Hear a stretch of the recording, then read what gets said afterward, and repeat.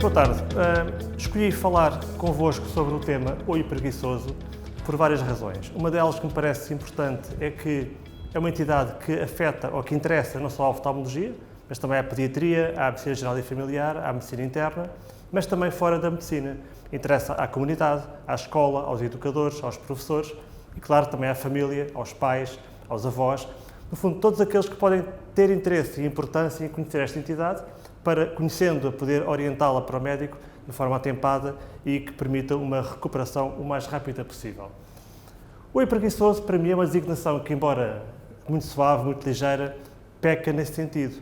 Porque, de facto, pensar o olho preguiçoso como algo que é uma coisa que pode ser transitória, uma coisa que pode rapidamente desaparecer ou que é uma coisa que pode ser adiada no seu tratamento, cria uma percepção de algo demasiado ligeiro, quando realmente o olho preguiçoso é uma entidade que, se não for tratada a tempo, tem consequências muito importantes para a criança e para o adulto que essa criança se irá tornar.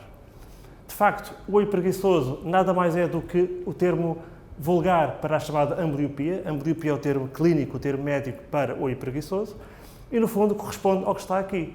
É uma deficiência visual que será reversível se for tratada dentro de um período crítico, que é o chamado período da plasticidade cortical, em que a visão está em formação, em desenvolvimento, e que, se for tratada nesta fase, ela poderá ser recuperada.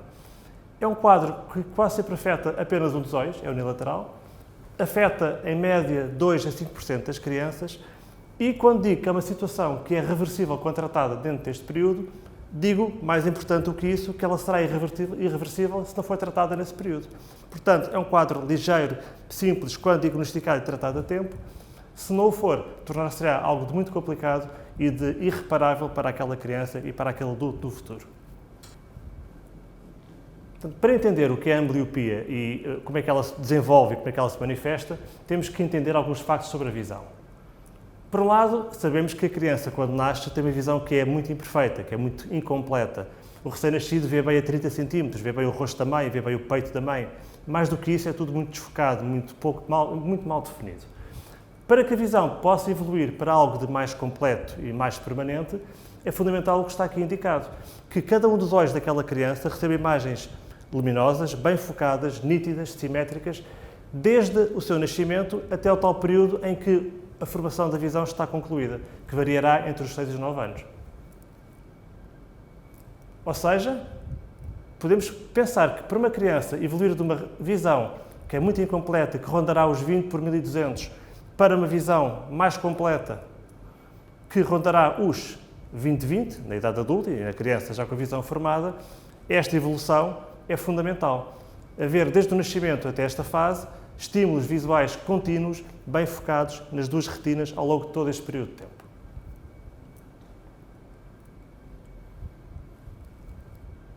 Quando tal não acontece, imaginemos por várias razões. Por exemplo, uma criança que tem uma miopia ou um astigmatismo, uma hipermetropia, mais do olho do que do outro.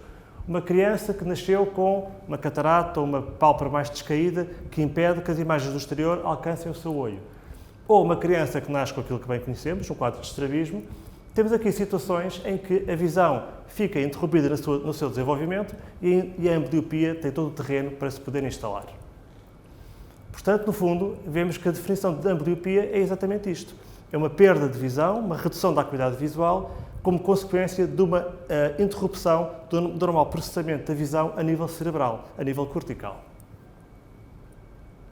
Dois exemplos práticos para entendermos o que estou aqui a falar convosco. Aqui, deste lado esquerdo, temos uma criança com estrabismo. O que é que vai acontecer? As imagens que chegam ao cérebro não estão alinhadas, o cérebro não consegue fundi-las uma com a outra e, como tal, uma das imagens vai ser suprimida. O cérebro apenas reconhece e aceita uma das imagens. No lado da direita, temos outro exemplo em que o olho tem o tal bloqueio por uma ptose, uma catarata, seja o que for. A imagem que chega vinda desse olho é também ela imperfeita, desfocada ou turva e o cérebro vai também suprimi-la e vai bloqueá-la. E, como tal, a ambliopia tem aqui o terreno para poder começar a desenvolver-se. Exemplos práticos, a tal criança com uma pálpebra descaída pode ocorrer como trauma durante o momento do parto ou por outras razões. Uma criança com uma catarata, situação que é rara, mas que pode acontecer. ou então o clássico estrabismo, tudo situações do nosso dia-a-dia que, se não forem diagnosticadas, tratadas a tempo, fazem com que aquele obstáculo à visão se torne irreparável, desde que não seja corrigido dentro do período da tal plasticidade cortical que é fundamental. E, portanto, temos aqui uma tríade de 3 elementos fundamentais. Ou seja, a ambbliopia resulta da tal privação dos sentidos, da privação da visão. A visão é bloqueada pelas razões que aqui indicamos. Essa privação ocorre durante o período da tal plasticidade cerebral, em que tudo está em formação, tudo está em maturação, e vai afetar a representação cortical a nível cerebral das imagens.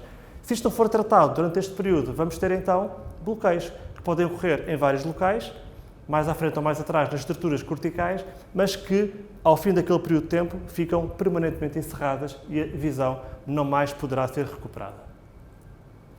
E por isso, perante esta pergunta, que a resposta pode parecer óbvia, ela não é tão óbvia quanto isso. Será que é pior uma criança ver mal dos 2 olhos ou ver apenas de um? E a resposta, curiosamente, é esta. É muito pior a criança ver mal apenas de um olho. Porquê? Várias razões. Por um lado, se ela vê mal apenas do olho, não se queixa, os pais acham que está tudo bem, os pais não se apercebem porque o outro olho vai compensando.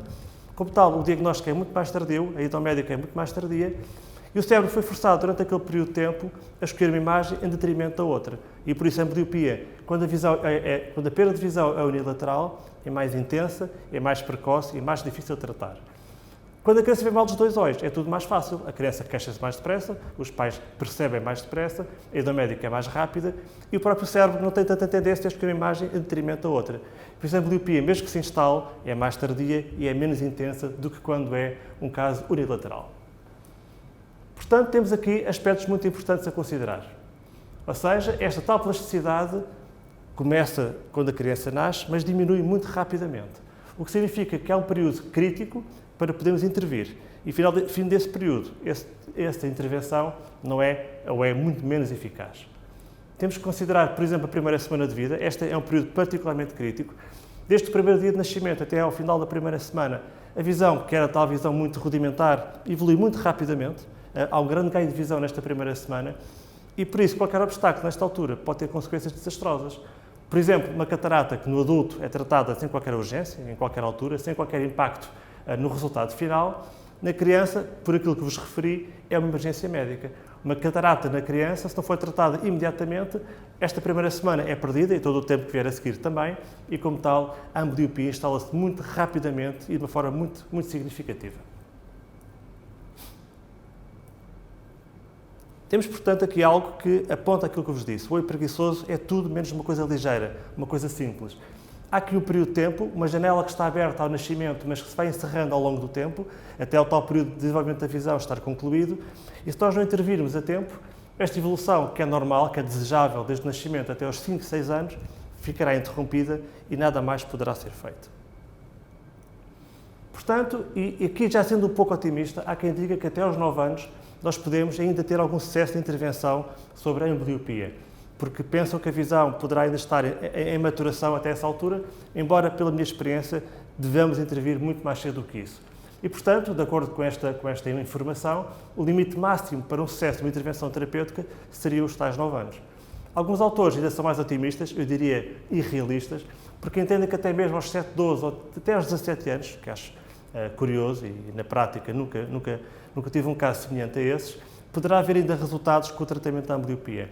Melhores resultados quando o doente nunca foi tratado, menos bons quando já foi tratado anteriormente, mas, como se vê, muitas vezes incertos, não permanentes, meramente transitórios. Mas claramente esqueçamos isto, quanto mais cedo, idealmente antes dos 6 anos intervirmos, melhor para garantir um bom resultado.